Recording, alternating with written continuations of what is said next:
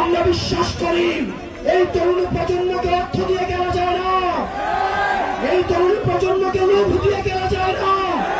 হাসিনা চেষ্টা করেছিল কিন্তু কিনতে পারে না। এই তরুণ প্রজন্ম চাইলে ইতিহাস তৈরি হবে। চট্টগ্রামবাসী আমাদের রাষ্ট্র ব্যবস্থা গঠনে আপনাদেরকে সামনে এগিয়ে আসতে হবে।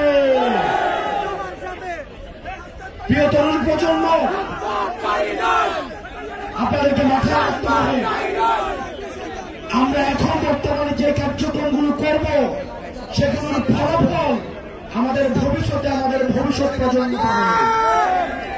বর্তমানের কাঠগড়ায় যেভাবে অতীত প্রজন্মকে আমরা দায়বদ্ধ করি, আমরা যদি বর্তমানে আমাদের দায়িত্ব পালন করতে না পারি তাহলে ভবিষ্যতের কাঠগড়ায় আমরা দায়বদ্ধ হব। সেজন্য আমাদের একটা নীতি নির্ভর রাষ্ট্র লাগবে, একটা ইনসাফ ভিত্তিক রাষ্ট্র লাগবে, যেই রাষ্ট্র ব্যবস্থায় স্বাস্থ্য, শিক্ষা, অবকাঠামো, কর্মসংস্থান, সাম্প্রদায়িক সম্প্রীতির মধ্য দিয়ে একটা গ্রহণযোগ্য এবং বাসযোগ্য বাংলাদেশ গড়ে উঠবে।